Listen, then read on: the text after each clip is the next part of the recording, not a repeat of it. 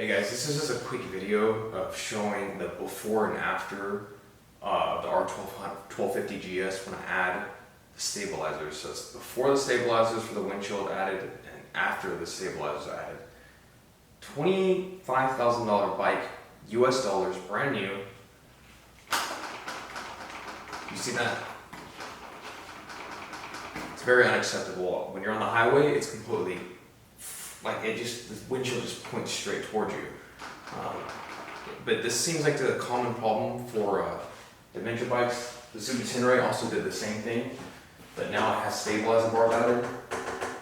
I want to show you what I'm talking about. Here, there's no support, so that's why it wobbles.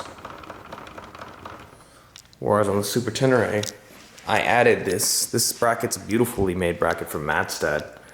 And you can see how it has these supports that run down and also adds you a 1-inch GPS nav bar.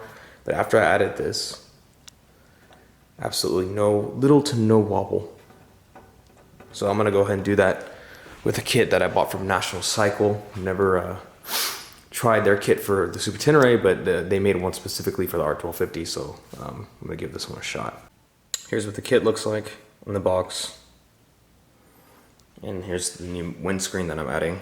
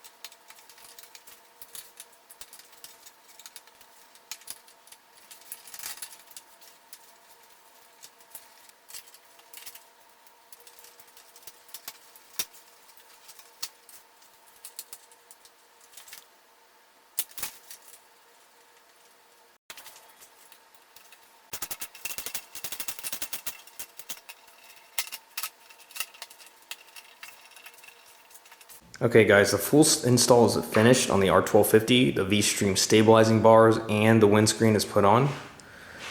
And you can see that the vibration is reduced significantly.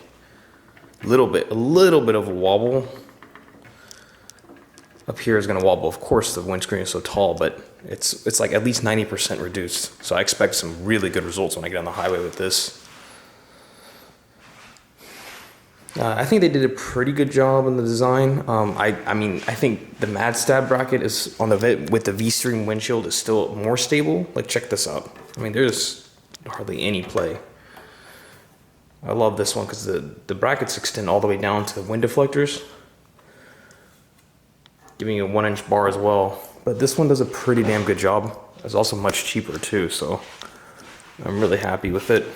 And it looks really good too, so it's a very clean setup.